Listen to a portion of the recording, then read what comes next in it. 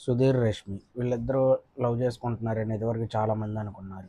కానీ అదంతా అబద్ధం. ఎందుకంటే వాళ్ళు ఓన్లీ టీఆర్‌పీ కోసం, వాళ్ళ షో టీఆర్‌పీ పెరగటం కోసం అలా చేశారంతే. తర్వాత ఎవరి దారిలో వాళ్ళు వెళ్ళిపోయారు.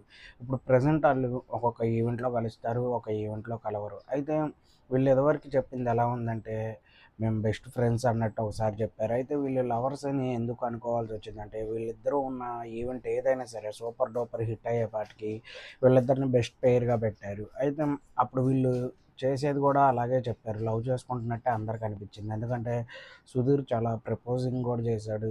అలాగే రష్మి గారు కూడా ఇష్టం ఉన్నట్టే సాంగ్స్ కూడా చేశారు. సుధీర్ కోసం చాలా లవ్ సాంగ్స్ చేశారు. అయన్నీ చేశారు. గిఫ్ట్‌లు ఇచ్చారు. దీన్ని బట్టి అందరూ లవ్ చేసుకుంటున్నారు అనుకున్నారు. కానీ రష్మి గారు ఆల్రెడీ చెప్పారు. నాకు ఆల్రెడీ లవర్ ఉన్నారు. అంటే సుధీర్ కాదు. ఇండస్ట్రీకి సంబంధం లేని వ్యక్తి అని చెప్పినట్టున్నారు ఒక ఈవెంట్‌లో. అయితే ప్రెజెంట్ అయితే సుధీర్‌ని లవ్ అయితే చేయట్లేదు రష్మి గారు. ఇంకా చాలామంది వీళ్ళిద్దరు ఫ్యాన్ పేజీలు పెట్టుకొని వీళ్ళిద్దరు ఫోటోలు పెడుతూనే ఉన్నారు.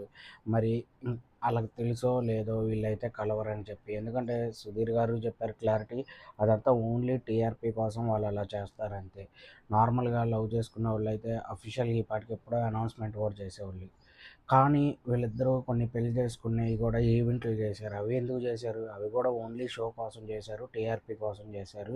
ఆ ఈవెంట్ కొంచెం బావుండిద్ది. ఏదో ఒక కంటెంట్ ఎతుకుతున్నప్పుడు వీళ్ళిద్దరిది లవ్ ఉంది కదా! ఎలాగో పెళ్లి కూడా చేస్తే బావుండిద్ది అన్నట్టుగా అలా చేశారంతే.